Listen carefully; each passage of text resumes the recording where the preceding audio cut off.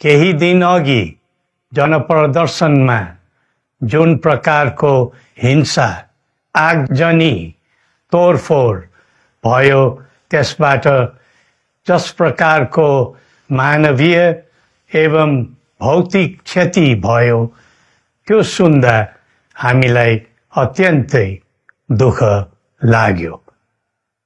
नागरिक स्वतन्त्रता भन्दा ठुलो तन्त्रवाद हुँदैन।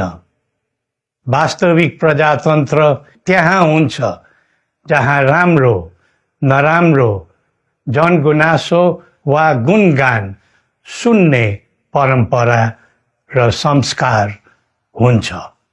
नेपाली जनतामा देश र भविष्यलाई लिएर जुन खालको जागरुकता पैदा भएको छ त्यसलाई हामीले सकारात्मक रूपमा लिएका छौं। वास्तवमा नेपाली जनतामा रहेको देशभक्तिपूर्ण भावना विश्वमै अनुकरणीय र अनुसरणीय छ।